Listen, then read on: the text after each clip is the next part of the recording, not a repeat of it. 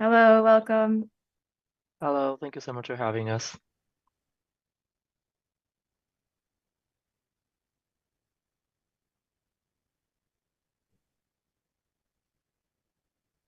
We're just waiting a minute while more people come in and also onto our live stream to X Space and to YouTube. There are quite a few more people that are joining us in other platforms today. Wonderful. Thank you.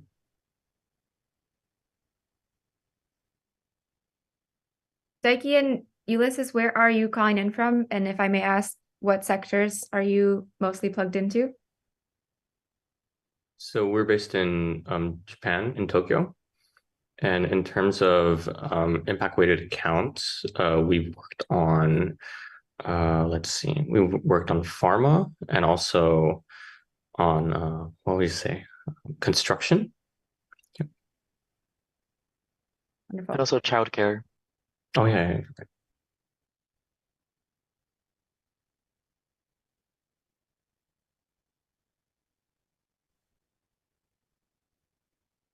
Great. Well, Sarah, are we ready to get started?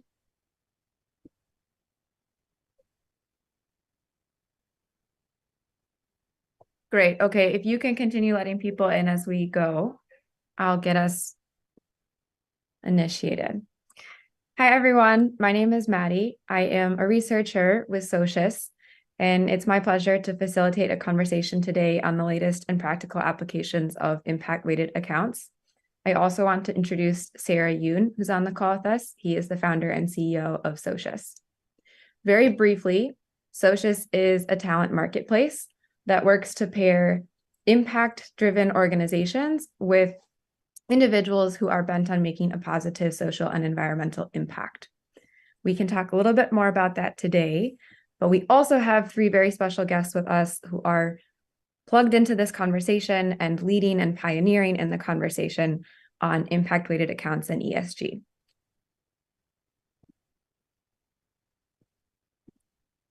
That being said, I want to set up the context of the conversation we're going to engage in for the next 40 minutes or so.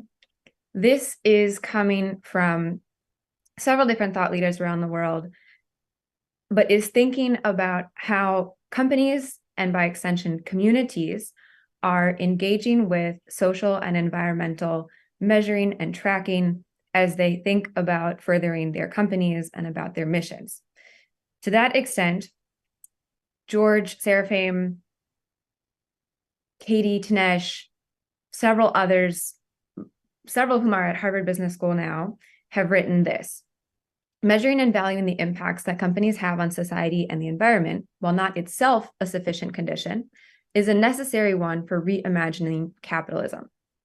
In the absence of clearly defining impact metrics and transparency, these considerations are likely to be absent from decision-making.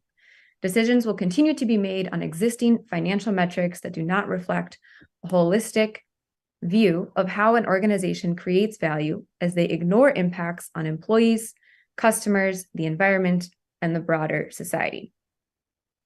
All right, so given that, what is impact-weighted accounting? The authors of this particular report cited here say that impact-weighted accounting is this idea that to provide actionable signals for business leaders, these impacts must be connected to accounting statements. Monetary valuation of impacts and their incorporation into accounting statements, therefore, will explore whether monetization as a form of valuation does the following three things. Number one, does that impact translate into comparable units that business managers intuitively understand? Number two, can that impact be meaningfully aggregated and compared without obscuring important details? And number three, does it display financial and impact performance in the same account? That gives us a little bit of an introduction to what we're talking about as impact-weighted accounting. I will also acknowledge that in setting up this conversation, Sarah and I use the term impact-weighted accounting a bit liberally to include others in this space. So you'll hear from a number of different perspectives with our guests. So without further ado, I want to introduce those guests. First of all, bring up my correct slide. We have Momna Saeed. Can you still see my screen? No. No. Okay, let me try again. I thought it disappeared on you.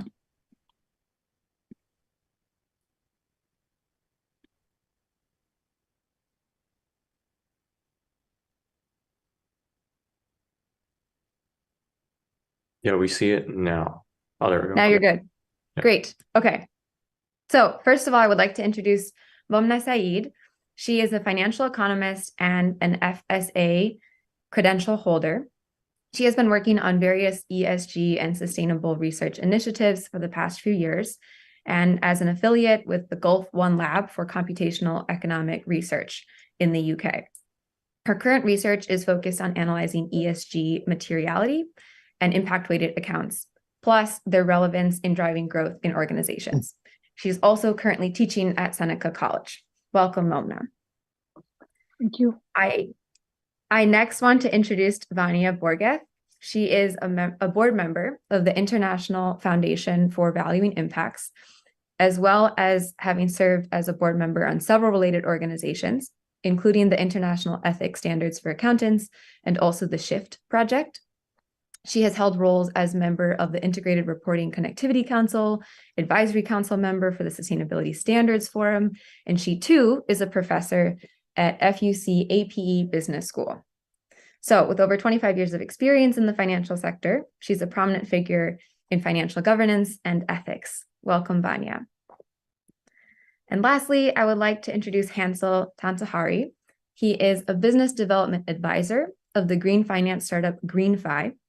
Hansel has experience in interdisciplinary disciplines of finance and consulting industries, including positions as venture architect at Rainmaking, formerly a consultant with Simon Kucher, and also co-founder of the digital platform Galago. His latest work is focused on ESG due diligence and recommendation systems. Welcome, Hansel.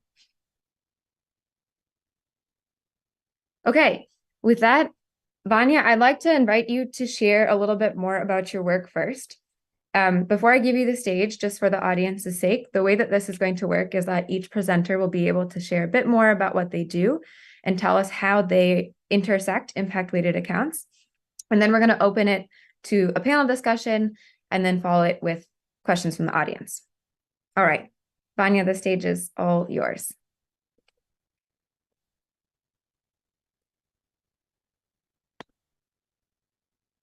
And I'm afraid you're muted still.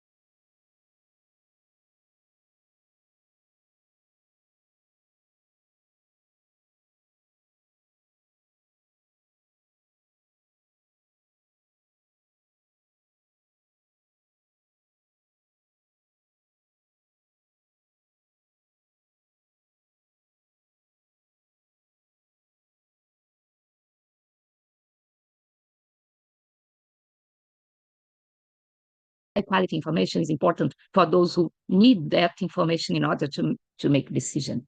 And I came to realize when I became involved with sustainability that when we show just the financial aspects of business, we are just showing the point of the iceberg. And we are leaving out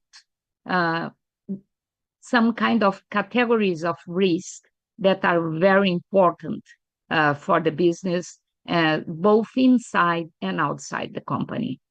So we are right now living a very important momentum in reporting sustainability. Right now, people already understand that it makes sense. It's no longer viewed as a fantasy, but as a reality that must be there. but we want sustainability information in high levels of quality and reliability. Otherwise, it would not be useful for those who need this information in order to make robust decisions in the business. Another thing that we realized in this process is that anyone can do that in a standalone basis. It's something that we should do together. So we need to join forces, not to compete in terms of bringing transparency to sustainability.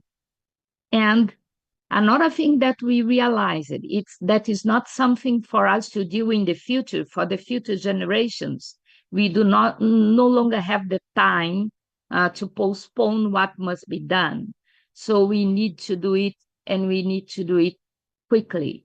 But we do not want instantaneous solutions that will work in the short term, but will bring unadvisable effects in the long term. We want solutions that can remain, that can change the way we do business, the new capitalism that Maggie mentioned just now. And it is something that the world has already realized and is working towards this kind of reality. We now have very strong business supporting the initiative of having global standards for reporting sustainability. And so we have ISSB dealing with the standards for the report itself, which makes perfect sense, because if you want the financial statements to work as a platform that will give reliability to the sustainability information so we can avoid greenwashing, it's a good idea to have the same institution that deals with standards for accountancy, dealing also with standards for reporting sustainability. But we want the independent assurance to give reliability to that information. So we have IWAS taking care of that. And as the majority of sustainability information is qualitative information, narrative information, we need ethical behavior and principles to be there, giving space and acting as a fundamental platform upon which both the report and the assurance will be held. And so we are working off that. All these organisms are working very diligently toward this reality that we want to have in place. But it's not enough. ISSB, for example, is dealing with disclosing sustainability impact and not accounting for it. So we are not bringing inside the financial statements at this point the impact of sustainability business. And why not? Because we yet do not have measures that are believed to be efficient, to be effective, to measure in an adequate way what we need to be measured in order to report sustainability in a reasonable way. And that's where IFVI comes. It is developing measures that can be used to impact account. So in the future, when we are at the stage where we can accrual or when we can register the information, we will have solid basis in order to bring the value that is necessary to be incorporated in the reports. And it is IFVI is taking care of that in a very methodical and scientific way. First, it developed a methodology that was under public consultation until recently. And a week ago, in February the 22nd, finally the methodology was released to the public and is there for us to deal with. In the future, you have this methodology taking care of topic methodologies and industry-specific methodologies as well. So we are building that, and we have a working plan for 2024 that will bring the adequate space and metrics and measures that IFVI is developing together with Value Balance Alliance in order to make it possible for in the future we have that. But we must keep in mind that we have already standards for accounting for financial impact of business. And we have methodology and we have standards for accounting for decades now. And it is still not perfect. So we cannot have as an ambition to have soundproof standards for metrics of weighting impact in the first place in a definite and perfect way. It's something that we have to learn and we have to start doing in order to realize how much it is effective or not and be working on making it perfect along the way. So we want it to work, and so we want it to be built with the collaboration of everyone, because we do not want just something beautiful to be presented together with the reports. We want something that will change the mindset. When we have that, finally, we will have the situation where companies can use this kind of information, not only to generate reports to the outside, but use that to reach what we call integrated thinking, to use this kind of information in order to build the decision process inside the company so they can build their strategy, their business model in order to be more connected and engaged with sustainability aspects as well. I will leave the remaining of my topics for the Q&A, Maddie, in order not to enter in the time of the other presenters. Thank you. That sounds great. Thank you, Vanya. Momna, are you with us? May I invite you to share next? Sure. Given the length of the presentation, I'll share you what I've had prepared and what I wanted to go through. But I would want to skip to my research rather than I had prepared. I'll just share my screen with you guys. Sorry about this. Thank you for your presentation. It was quite insightful. I've been as an SASB credential holder, FSA holder. I'm aware of the working of IFI, and it's really, again, it's challenging but doable. And I hope we get to that stage where we can have measurable and comparable data. So can you guys see my screen now? Yes, we can. Right. So I wanted to do an intro on impact-weighted accounts, but I'm assuming a lot of people have an idea. So the impact-weighted for account methodology was developed by professors at HBS, and also a similar thing was done by VBA as well. And the focus was to they designed a framework which was able to find environmental impacts, monetize environmental impacts, product impacts, and employment impacts, covering all aspects of ESG, pretty much. So my focus, like the evolution and the current state is that Value Balancing Act Alliance, was formed by by some institutions, some companies were there, some auditing companies were there, and HBS, since impact-weighted accounts was formed by professors. The key difference over here was the perspective of the investor and the data user. And for there, it was corporate and the data preparer. So I think VBA was more from organizational point of views, how they are going to derive impact of all these ESG factors. Whereas versus that HPS wanted to cater to investors, how they're going to use these impacts, valuations, impacts into their valuations. How can that be translated into market pricing? How can you value the company? So I have a very brief slide about that as well, which I'm going to cater on later. What they realized, what they were trying to have, I'd not.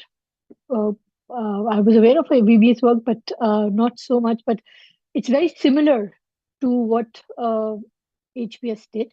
And so they have the framework they were designing was very company specific, sector specific. And so you were analyzing matrices, which obviously varies across different industries, right? And now they are working together to find or create a framework which is easily implementable. Both of these institutions have had lots of resources. They have lots of, they've published a lot of reports, frameworks as well. HBS has to its credit a lot of data sets. One of those data sets I'm currently using in my research as well. So I'll talk about that.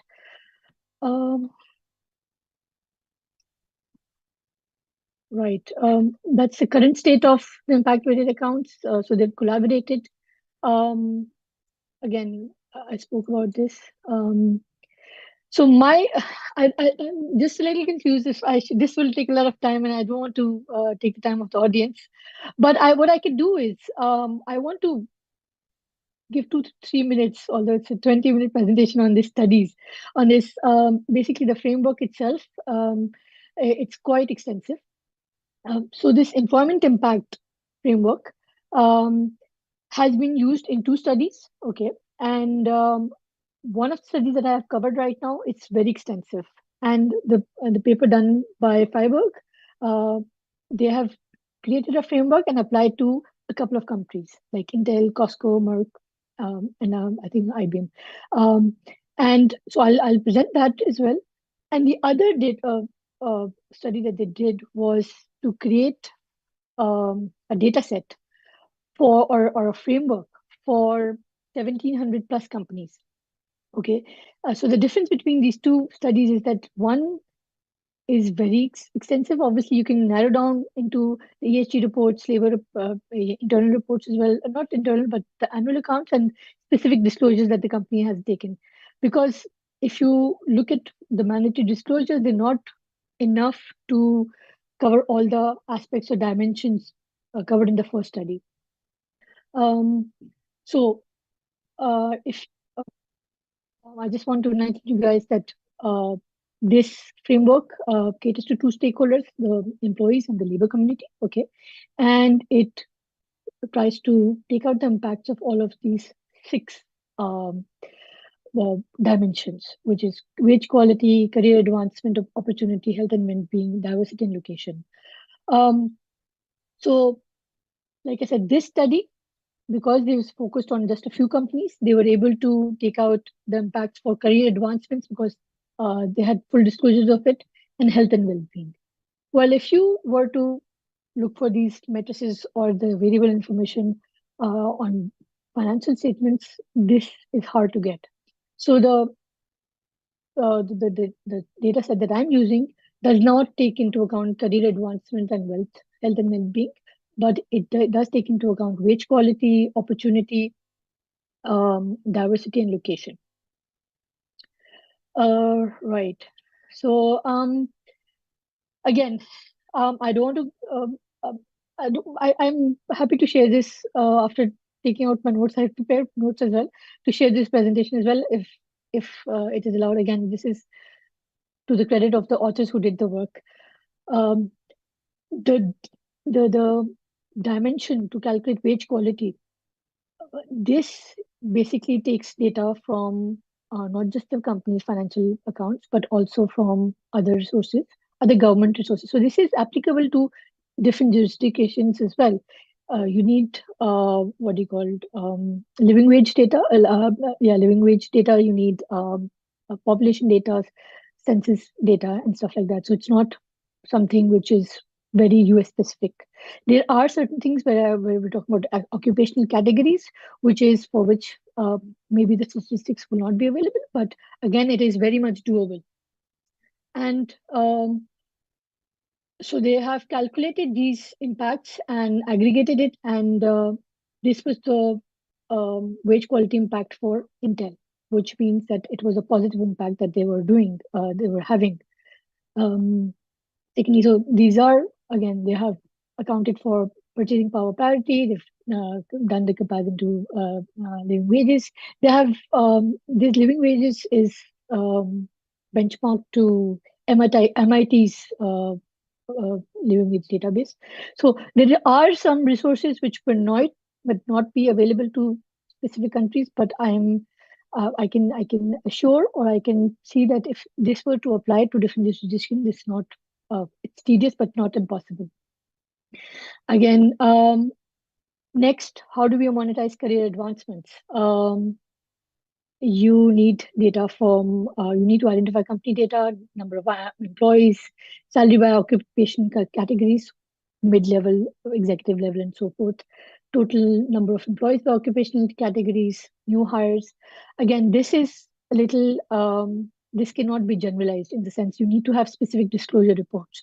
So you cannot get these data from the world scopes and the bank scopes and the icons and the Bloombergs. Some of the data is available, some of it is not. That is why this dimension was just used in this study. Again, you need to have employee records, job titles, salaries, tenure, employee performance evaluations. Again, so if you're doing asset management research and you have access to invested data, you still can perform this if you're covering sector analysis. And so these are the few things that you need to take into account. Again, this is something not easily available. I believe this data is, but as a company, if you're doing it for your company, again, this is possible. If you're creating impact for your own company, you can get data from HR reports, and so forth, HR internal promotion data and stuff like that. Right. So they calculated the career advancement for Intel, and they saw that it was a negative impact of $49 million. That's a very key figure over here. This indicates a missed opportunity for human capital development within the firm. So again, this is something which it's very difficult for us to decipher through rating companies as well. The MSCI index icons of the Bloombergs might not be able to highlight that. Right. How do we monetize opportunities? Again, opportunities are the opportunities which are given to different employees to advance their career and to the local communities or ethnic groups and stuff like that. So, and it's you try to take out basically the salaries for different types of groups within your organization, the high salary group, the medium salary group, and the low salary group, and then you try to take it out.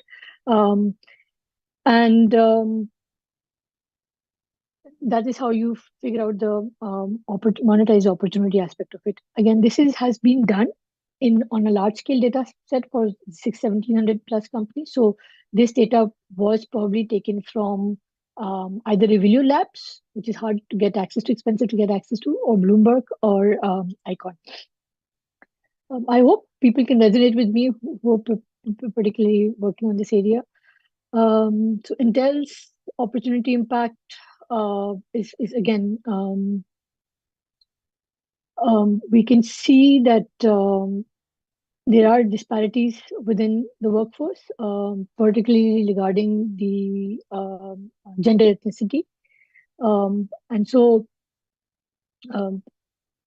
this again, there are significant challenges you can see over here. The negative impacts over here, negative impacts over here, very high for Asians. So it highlights the need to target interventions to address these disparities. Right. Again, this is quite expensive. It's extensive. This is something, again, you will not have access to it unless you have proper disclosure reports. And but for certain industries, for industries like mining or oil and gas, this becomes very important and critical. And they do report, especially about injury and illness. Most of these culture and healthcare should be available. Some of the data should be available if some reports have been filed or some incidents have been filed. So employee surveys, workplace behavior assessments, which are conducted by external organizations. If you could get access to that, that can help you determine that. Healthcare data, if it's a big sizable company, you can connect data from health insurance providers with internal records to assess the overall health capital forgone by the workforce annually. Again, internal records, employee health assessments, this is the main source of data. For paid sick leave, again, payroll records, healthcare cost assessments, sick leave utilization records, logs. Again, if you're doing it for your own company, it is definitely possible. Lastly, they're trying to monetize the impact of unpaid parental leave and childcare support on employee well-being. Surveys are a good place to get this data from. Again, too cluttered of a slide, but again, you have when you have at least the Fortune 500 companies or the best companies to work for, they will be reporting or disclosing some sort of information, which if you follow this methodology, you will be able to derive these impacts.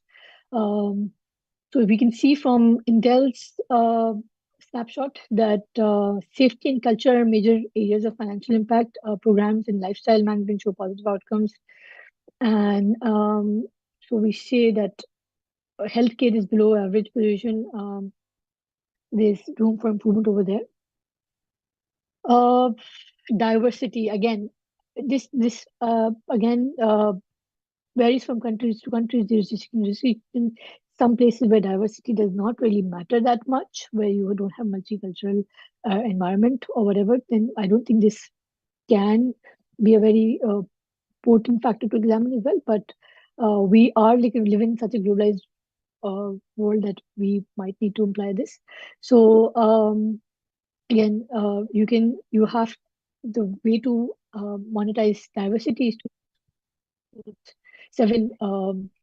six steps. Total number of employees, number of minority groups, determine expected proportion of minority groups based on local demographics, calculate the expected number of minority group employees for parity, and so forth. So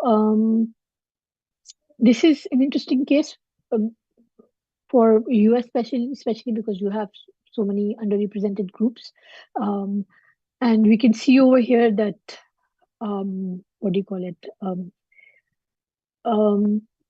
So this is over here, they've tried to take this, match it with the Bureau of Labor Statistics and the local communities to see the unemployment rate of the local demographics of these known demographics. This is the unemployment rate, basically, and this is the not employee percentage of Intel's breakdown.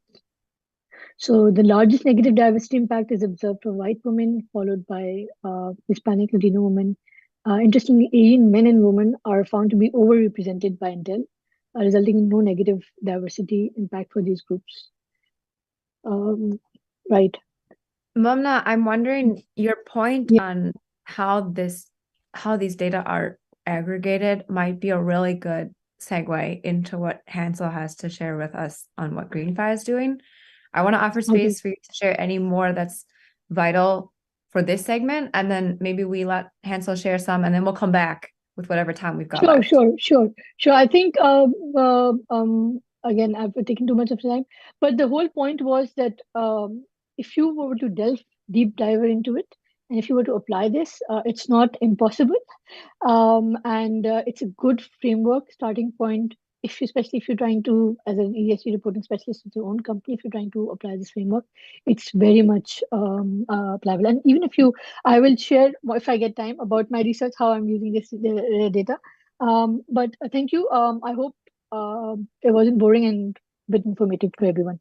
I'd like Not at to all. say, yeah, It I'd sounds like like to. we'll need a whole nother session to go through this particular research. Yes, That's it what I'm was. hearing. I think it was too much. I should have realized that it's not a academic presentation. It's not a conference paper presentation. Right. Okay. Thank you. No, this offers great insight. Thank you, Mona, very much. Hansel, I want to make sure you have enough time to maybe elaborate a bit more on GreenFi. Over to you. Sure, I'll keep it short and sweet, right? So, unlike Momna and Vanya, who are actual experts in, impact-weighted accounting, GreenFi really focuses more on the ESG risk assessment and due diligence portions. So our mission is really to enable sustainable financing at scale, right? And what we do is we automate and enhance the risk assessment process for ESG, for sustainable financing, and honestly, any deals above a certain size where, the ESG TT is kind of necessary, right? Increasingly so around the world, right? So, how I see this kind of tying into IWA is actually that we can't get anything done. We can't start acting on data when we don't have it, right? And that's something that Momna kept bringing up. We can't rely on just disclosures, right? Especially when it comes to the smaller companies. So that's why GreenFi, when trying to kind of integrate all these risk assessments, what we do is we pull from every single available data source. So public data sources. For example, we use NASA data to track the emissions of every single company's asset on a real asset and subsidiary level on a map, right? So we have private data like that. We also integrate whatever data the bank has on their clients' disclosures. We also integrate any kind of rating agencies data like MSCI, Bloomberg, all of that stuff. And we put it all together in one single dashboard where we use AI to kind of give the decision maker, or the banks in this case, answers to what matters to them through a role-based decision dashboard. So for example, the head of legal might care about compliance with particular regulation and whether there's child labor infringement, for example. The head of finance will care about whether this particular factory that they're investing in, what's the risk of actual flooding and destroying that property in the next 5 years, right? We in the back end can key in all of these role-based decision KPIs, and we pull in all the information from whatever hundreds of data sources are available to give you answers to exactly that, so you can make decisions on sustainable financing quickly, right? So what is a very clear example of this? Let's say Nike is applying to Citibank for a $50 million sustainability-linked loan, right? Obviously, Citibank will have to do due diligence or ESG due diligence on Nike to see if, let's say, they qualify for something like this and whether, what risk they're exposed to by engaging with them. Usually today, the ESG departments or the risk departments take about 5 people weeks on end of manually searching through all these disparate data sources like MSCI, Bloomberg, whatsoever, to come up with a incomplete and kind of fragmented view, right, on what are the risks and blah blah blah. GreenFi allows financial institutions to do that in 4 minutes, right? So we'll have the answers that you care about in a much faster time and fraction of the cost. And we believe that if we can do this, then financial institutions and supply chain heavy companies can make these decisions quicker and incorporate sustainability more organically into their decision making process. So yeah, again, where I see this coming in for IWA is, once we have an idea of what matters and what we want to account, what kind of impact we want to account for, then we have to find ways to actually make this data, findable and actionable, right? We need to be able to structure a lot of these unstructured data and put it in a way that is immediately usable by the banks. And I think software like GreenFi is one small step in getting that done. Yeah. And I think with that, I will close. Thank you, Hansel. That is wonderful in furthering this conversation. I recognize that we have only a few minutes left. May I open it up to questions from the audience first?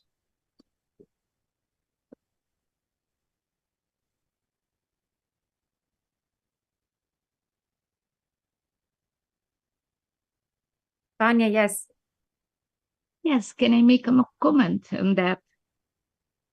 Yep. Absolutely, please. Hansel, yes, Yes. I'd like to comment on your presentation, which is very interesting, and don't keep me wrongly. I think that we must have this kind of information, of this kind of data, in order to have very quick decision by the stakeholders. What has been worrying the regulators worldwide is the source of this data, because you use to collect from everywhere, and you do not know how this data was built, what kind of methodology was used, what kind of reliability this data have. And that's what worries the regulators. That's why initiatives like IFBI is so important, because we do want this information to be there for you, but we want it to be there built upon a basis of methodology, of due process, that will bring this information for you to use in your business, but in a way that you can rely on this kind of information without further surprises along the way. So that's exactly our dream, to be able to provide this information for you in a way that you can use and sleep quite easy, because you know that this information is from a very solid source. Yeah, no, I absolutely agree. And thanks for that, Vanya, right? And I think that's why all of us need to come together, right? We need to set the standards. We need to understand what data is meaningful. And then we need people who actually put all of that data into a actionable, insightful way that resonates with whoever the decision maker's own methodology is, right? So how do we pair all of that together and make it easy to do in a matter of minutes versus a matter of months? Right. So totally agree on that. And in the meantime, while we don't have these kind of universally accepted standards for financiers or for players that want to already move forward, then they have little choice but to rely on all of this data that is already out there, right? And on the Totally agree. Right. That's the way. It's a transitionary We have to story. test it. And what we are doing Exactly. is exactly testing what is already there in order to find what is reliable or not, and to bring some kind of methodology. But you are perfect. We needed to keep on Absolutely. testing and give us your feedback so we can feed it in our methodology. Yeah, we love to work together. But one last point. Sorry, go ahead. No, it's okay. I think it's more about comparability as well. If reliability, consistency, and comparability is the most important thing. How do you, why should City give the loan to Nike, not Under Armour, if you do the same thing? So that's why we have industry specific standards. So I think that is very Absolutely. important as well. Comparability. Please go ahead. Sorry about this. Yeah, no, absolutely. I think you're absolutely right, which is why, barring going into an actual demo of the product, we do all of that, right? We understand first when we're doing a risk assessment on Nike, for example, we first start with what industry is Nike in? What are the standards applicable to that industry? What are the standards applicable to that company specifically in that geography? And then through that lens, we apply all of the other kind of risk models and everything, all the fun stuff, right? And actually, you're absolutely right, which is why even though Green5, for example, already has the capability for 300 plus data sources out of the box, but we don't just use all of them, right? We actually give the option at the bank, for the bank or customer at the time of setup, which data sources do you want to believe and do you want to use, and at what weight do you want to use these data sources for, right? And if they have their own, for example, if they have access to,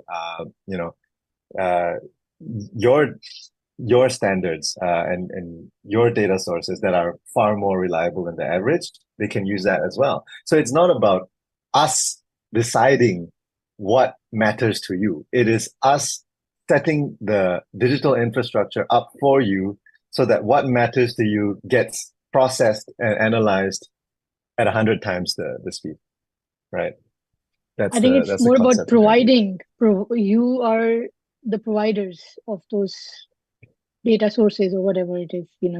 That's what the key point here is, I guess. Yeah. Again, but reliability becomes a key thing over here. Well, great. I hate to cut us off. I want to respect the time that we've told everyone for this conversation. I do hope it served to pique the interest of all those who've attended. There's much to be discussed here. Does anyone have any final comments before I close us out? Sarah, how about you?